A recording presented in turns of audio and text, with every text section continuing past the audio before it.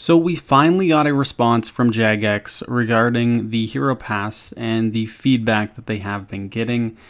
So I'm just going to go over that in today's video and discuss some of my thoughts and opinions on the Hero Pass and how I think it will go in the game, because I haven't actually expressed that yet. So to start, it does talk about a few different topics. The main concern with the Hero Pass is they did actually remove the daily challenges, and the ones they put in, they are even longer to complete, and you don't really get any rewards from them. The XP is less than before.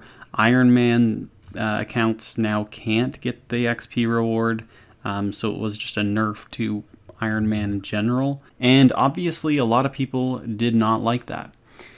So, as they say here, the daily missions, they were balanced with the intention of being below the average daily playtime of a moderately engaged player, with total tiers taking around 20 to 40 minutes to complete. That does seem pretty accurate compared to what other people have been saying. And the lamps were tied to the tier of rewards. This meant that the associated XP rewards take longer than our previous daily challenge system. Based on the feedback, Jagex is saying it is clear that the quickly attainable XP rewards that we got from the previous daily challenge system, it is something that a lot of us value. While completing the daily missions using the plus 100% bonus reward for using a specific skill does significantly reduce the time taken, it is longer than the previous daily challenge, so that's something they're going to try and rework. In terms of the XP rewards you get from it, they will be upping the XP gained from the daily missions and the Hero Pass. So now they're going to give 2 large XP lamps worth of XP instead of the previous small, medium, and large lamp. So it will be a slight increase in overall XP, about 25%, I believe. And completing daily mission tier 1 and tier 2 will grant hero points and a large XP lamp each, while tier 3 will simply just grant the additional hero points. So this means that earning all of the daily XP from the Hero Pass will now take about 15 minutes, which is about half of what was shown before. They also talk about adding some special missions to supplement content releases and updates, so you can get a sudden influx of hero points, or an opportunity to get them at least, which is nice because, it is going to take a long time to get all these hero points if you want to complete the entire Hero Pass. So that it will be a welcome change. And overall, I think this does sort of address the issue in some degree. The daily missions, they did seem to take too long, and they will cut it back. It could probably still be cut back a bit more, and I'm not sure if they're actually tweaking the hero points you get from it. Because based on some rough calculations that some people have done, it'll take about 3 to 4 hours per day of playing to get enough hero points to complete the Hero Pass, which is way too much in my opinion. They also talk about some visibility. So currently with the Hero Pass, while you're playing, you'll constantly get some pop-ups showing you got hero points and messages in your chat box, and that's just really annoying for a lot of people. So it looks like they are working on minimizing those notifications or giving players the option to turn them off. They already did add or took out the audio effect whenever you get hero points, which is nice because that's obviously pretty annoying when you get an audio effect for hero points every minute. And now it's not going to pop up through skilling activities and combat, which obviously it shouldn't have in the first place. So hopefully they do make it so we can just filter all of those notifications out so we don't have to see them. It still looks like it's in work a little bit, but that is nice to see. Then they did talk about content buffs. So there was another pretty strong opinion for a lot of people was the content buffs and how they are going to be too overpowered. Personally, right now, I don't think the buffs are super overpowered and they're not a huge problem. Some people do, but really I think the idea behind the content buffs is just to give players an incentive to try out new content. Like right now, the 20% damage reduction for the Zamorak, that's just a nice incentive for some players to do the boss. Yes, some higher level players will take advantage of that, and they will be able to deal more damage to the boss, kill it faster because of the damage reduction. Maybe they use more abilities like Split Soul and Life Transfer to Necromancy incantations. Certain things like that, which will help them kill the boss faster. But overall, it's not going to affect it too much, I don't think. It will just be helpful for newer players to try it out. In my opinion, the real problem is, the idea that, well, historically, when things like this come out, not only in RuneScape, but other games, there's always power creep. So the first buff, it doesn't seem too impactful, but now that it is in the game, they're going to slowly make them better and better, and eventually, maybe they have something where you get a damage buff to a boss, and then you can obviously kill it faster, or maybe you get a buff so you have a higher chance at getting a rare drop. So there could be some pretty powerful buffs that could come into it, and they are saying here, that they don't plan on adding these powerful buffs, and they are going to be looking at the future progress with content buffs in the Hero Pass. They do say at the end here that they want to open up dialogue with us, with the community, just based on what buffs we should take going forward. So hopefully they do some sort of live stream or something, or maybe even a poll, although RuneScape 3 doesn't really do polls anymore. But something like that to, really get an idea of what the community feels content buffs should and shouldn't be. So there is that whole issue. There isn't a whole bunch of stuff resolved around the content buffs, but at least they do know that, most of the community is concerned as to the direction they are going to go with content buffs. They talked about Iron Man accounts. So as I mentioned before, it was basically just a nerf to Iron Man accounts. Before they could get the XP rewards from the daily challenges, and now they can't. Now they just get oddments, which are practically useless. And so they are looking at some future options to make the Hero Pass more valuable, potentially adding that XP reward for the daily challenges. So that would be nice to see. Personally, I don't play on an Iron Man account. I do understand the idea around Iron Man accounts not being able to get XP from daily challenges and things like that. But since it was already in the game, I think it makes sense to keep that in there and give Iron Man accounts daily challenge XP.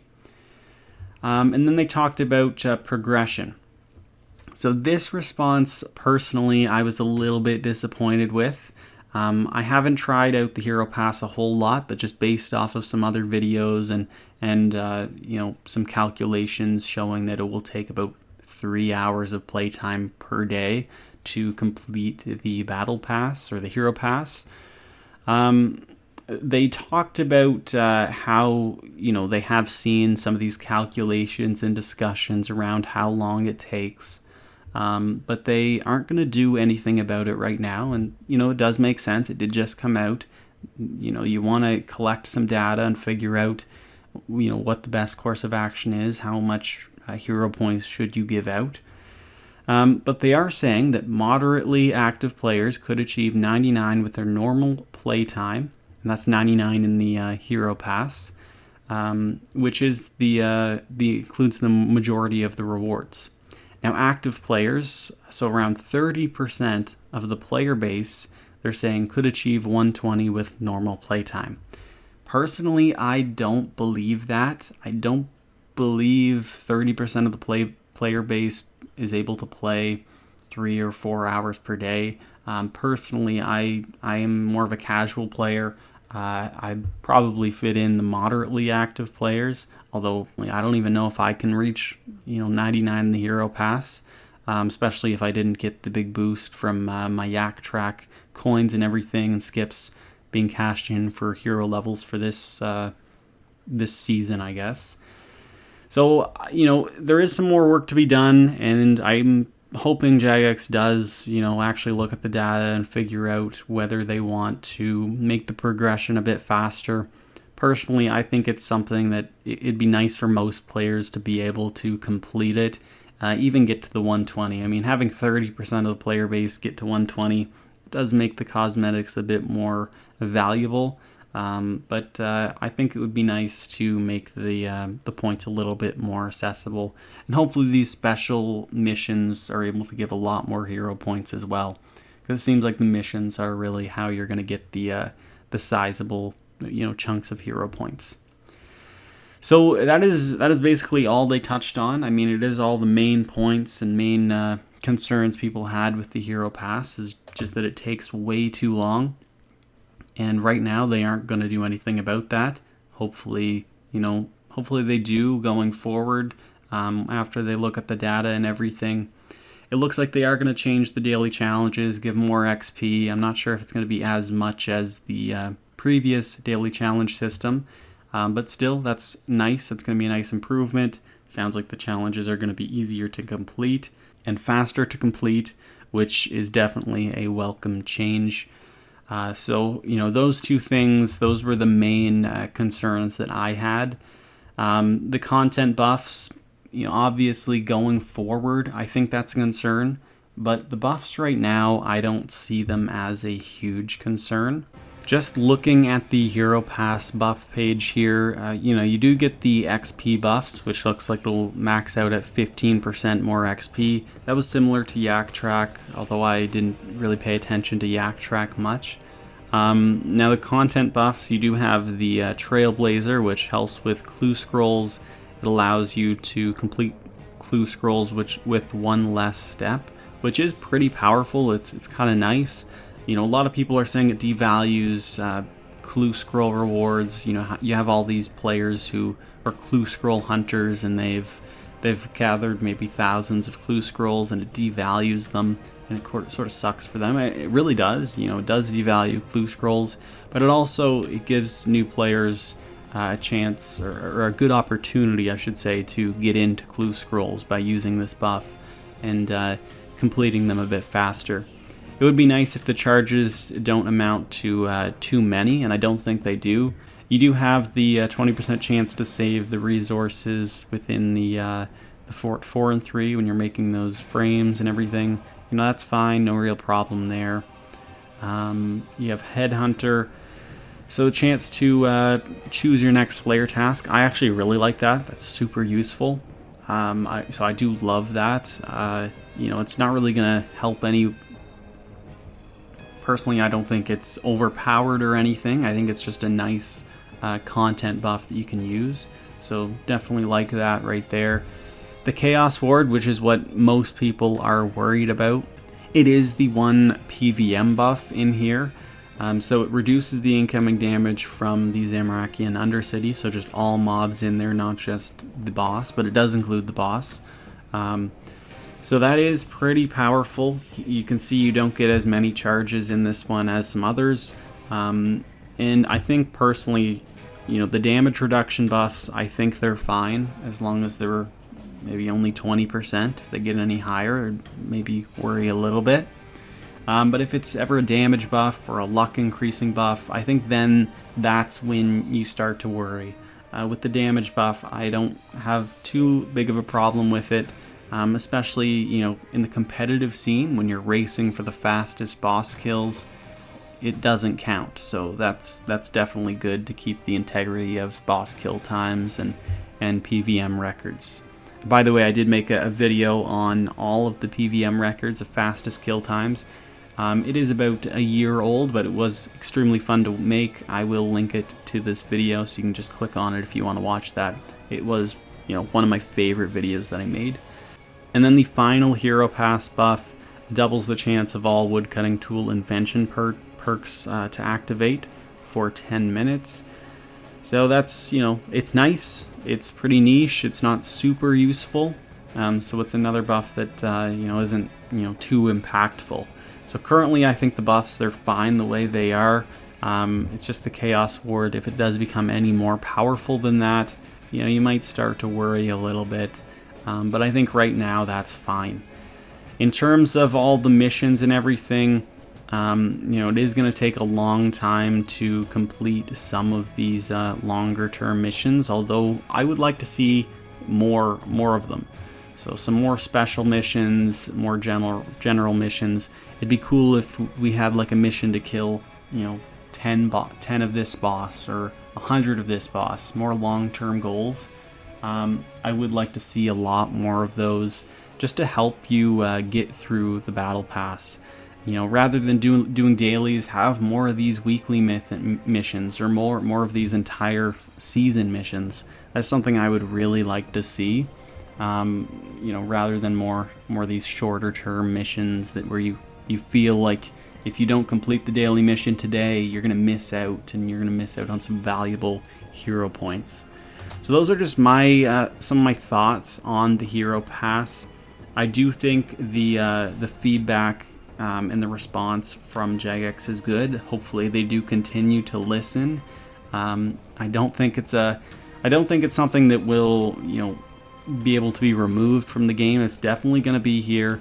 You know, it's probably here because of the higher ups trying to make some more money. But I am, you know, I'm not too mad about it. I mean, it does give some fairly unique cosmetics and everything. I'm not a huge cosmetics guy, but I probably will use some of these.